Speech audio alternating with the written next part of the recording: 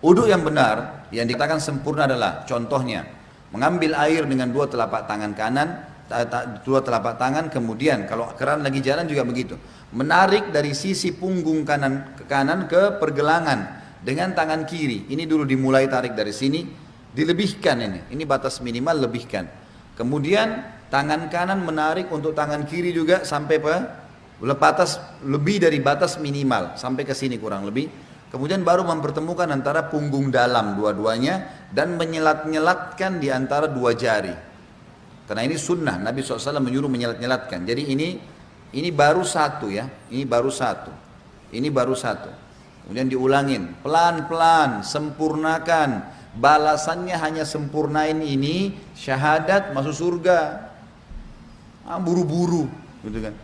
Pelan-pelan, 1, 2, sampai 3 selesai. Yang selanjutnya mengambil air di telapak tangan, kemudian memasukkan setengahnya ke mulut sambil kumur-kumur, sisanya dihirup di hidung.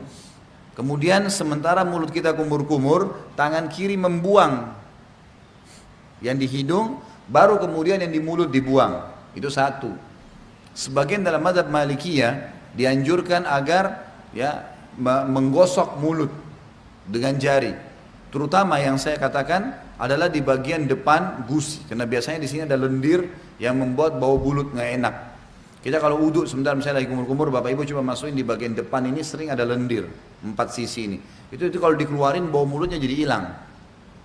Itu dianjurkan. Sebagian juga ulama mengatakan dianjurkan kumur-kumur maksimal, karena ada hadis yang lain berbunyi, tidak ada seorang umatku, tidak ada seseorang pun dari kalian berwuduk seperti udukku ini, Nabi SAW praktikin, kecuali akan berjatuhan semua dosa-dosanya bersamaan dengan tetesan air terakhir.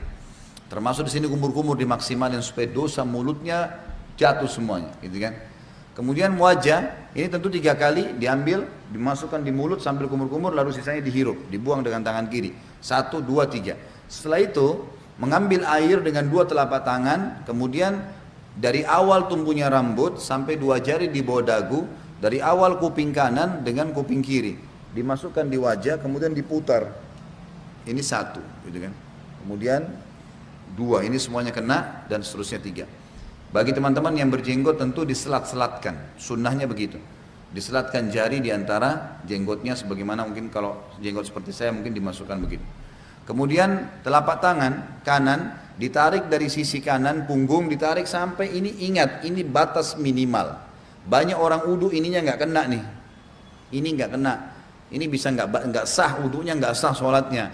Jadi tarik sampai sini nih, kemudian baru diputar ke dalam, 1, 2, 3, sampai 3 kali. Kalau misal air kerannya di atas, ngalir di keran, dan kita mau tarik dari atas boleh, tarik di atas batas minimal, ya. Jadi ditarik dari sini di atas siku, tarik ke bawah, kemudian baru diputar ke bagian dalam.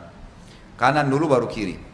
Setelah itu baru kepala. Kepala ini diambil air. Sunnah Nabi SAW ditarik dari awal kepala sampai ke tengkuk, ya, sampai ke batang leher. Kemudian ditarik lagi ke atas kembali.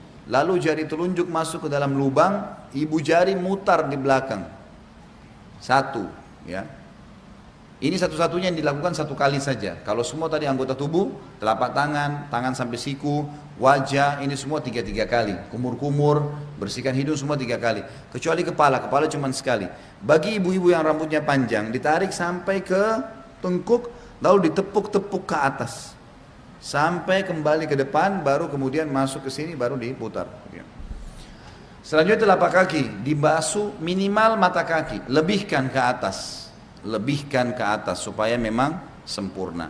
Setelah itu jangan pernah lupa ucapkan syahadat, asyhadu an la ilaha illallah wahdahu, ada tambah la syarikalah, tidak ada sekutu baginya, wa asyhadu anna muhammadan abduhu wa rasuluh. Itu saja dijamin, kata Nabi SAW, dibukakan baginya 8 pintu surga, ia boleh memasuki dari mana saja dia mau atau dia suka.